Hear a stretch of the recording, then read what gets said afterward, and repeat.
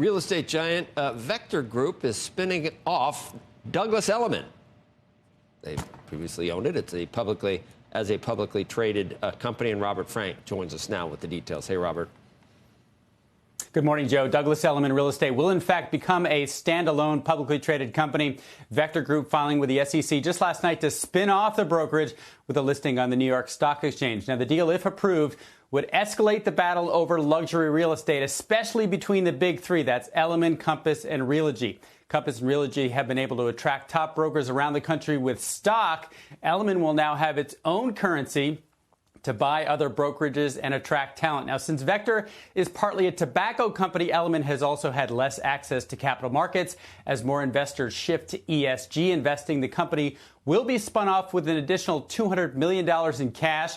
They're going to use that for acquisitions and new technology. Now, Vector shareholders will receive 1 share of Elliman for every 2 shares of Vector.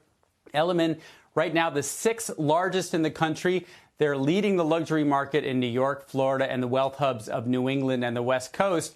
It's got 6,600 agents, revenue of about $1.3 billion, transaction value of $48 billion so far this year. That's up 70% over last year.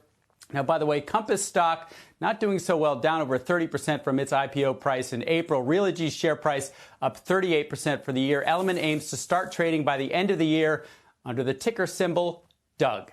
Joe, back to you.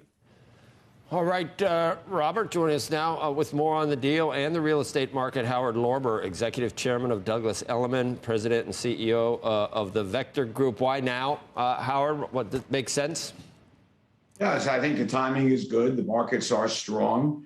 And one of the main reasons to do this is to give us currency to make deals. If there's try to go after it, if it's in our markets. Right, you'll have some currency. Obviously, the most recent news item, I guess, is the return of people from other countries.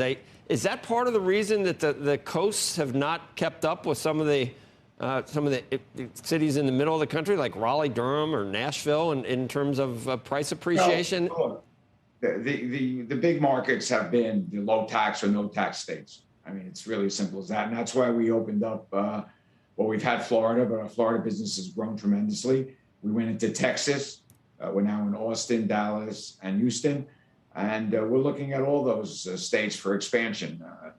There's a few other ones that we'll probably go into within a year.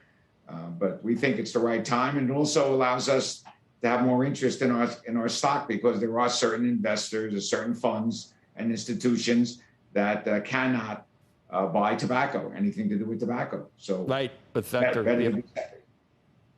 right, exactly. That's an obvious reason. Getting back to the notion that the pandemic, hopefully, and the effects are waning.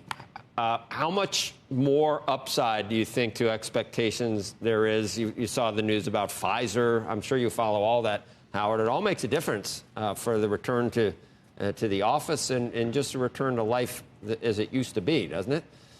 Yeah, well, look, different states, like I'm in Florida right now, and I'd say that's returned pretty much to pre-pandemic type of life, not 100%.